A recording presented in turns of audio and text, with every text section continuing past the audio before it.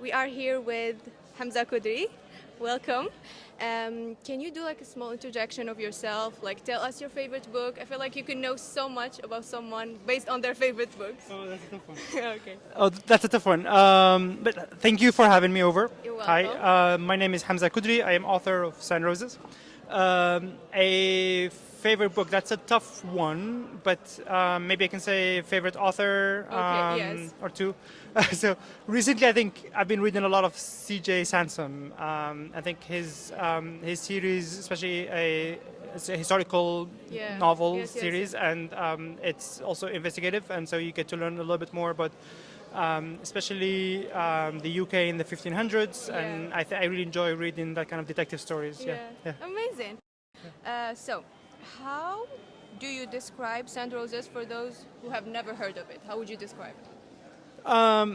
Shortly, I like to say it's a Algerian version of the memoirs of a geisha in Japan. Okay.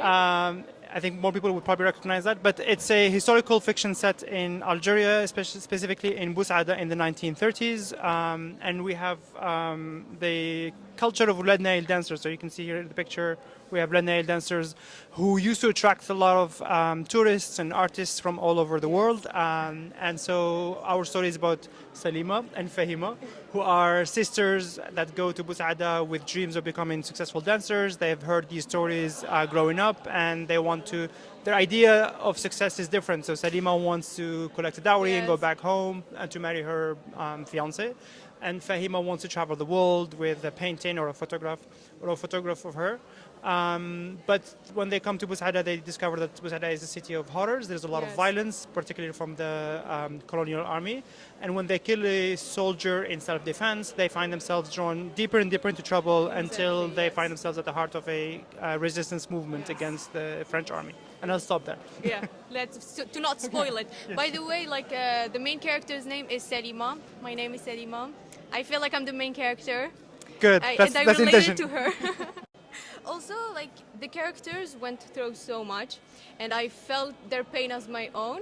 So, how was it for you, the writer and the author of it? How the writing experience for you? How was it? Well, thank you for saying that. You felt their pain, because I think that's key. If you're identifying with the character, then it's a success.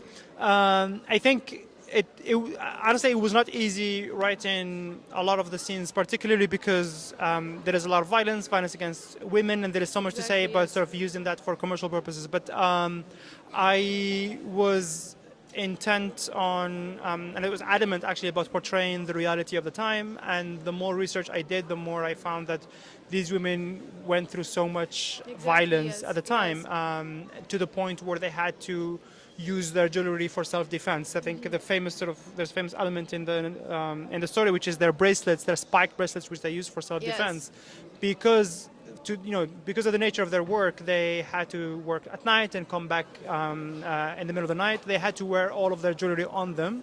It became a sign of status. Yes, exactly. But also it made them easy targets for soldiers or out-of-towners or any thief, basically. And so there was a lot of violence. People were trying to rob them, or just sort of because Yes, they were yes. easy targets. Yeah. And so I had to portray that. And yes, it was not easy It to was do not, that. No, no. It was not easy for me, so let alone for you. Okay, so now we have a little fun ones. Are you ready Good. for it?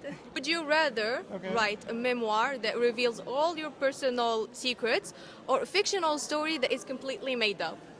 Definitely fictional story. Definitely.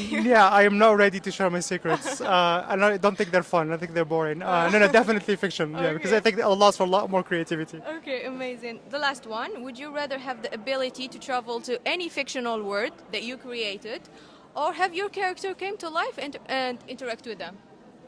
That's a tough one, Salima. Yeah. That's a tough one.